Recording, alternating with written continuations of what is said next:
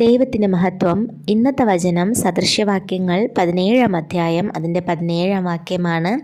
സ്നേഹിതൻ എല്ലാ കാലത്തും സ്നേഹിക്കുന്നു, അനർത്ഥകാലത്ത് അവൻ സഹോദരനായി തീരുന്നു. അപ്പോൾ ഇന്നത്തെ വചനം ഫ്രണ്ട്ഷിപ്പിനെ കുറിച്ചാണ്. അപ്പം ഒരു ട്രൂ ഫ്രണ്ട് എന്ന് പറയുന്നത് ആരാണ് എന്ന് ബൈബിൾ പഠിപ്പിക്കുന്നത് എന്നുള്ളത് നമുക്ക് നോക്കാം. അപ്പം ബൈബിൾ പറയുന്ന രീതിയിൽ നമ്മളുടെ റിയൽ ഫ്രണ്ട് എന്ന് പറഞ്ഞ ആൾ എല്ലാ കാലത്തും നമ്മളുടെ ഒപ്പം കോൺസ്റ്റൻ്റ് ആയിട്ട് ഉണ്ടാവും.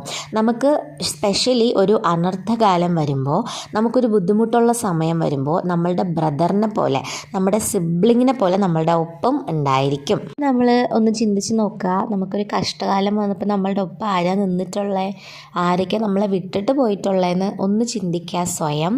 അപ്പം ആരാണ് ട്രൂ ഫ്രണ്ട് എന്നുള്ളത് ഇപ്പം നമുക്ക് പഠിക്കാനായിട്ട് ഒരു അവസരം കിട്ടി അല്ലേ? ബൈബിൾ പഠിപ്പിക്കുന്ന രീതിയിൽ ആരാന്നുള്ളത് മനസ്സിലാക്കാൻ പറ്റി. Praise the Lord. ആമേൻ.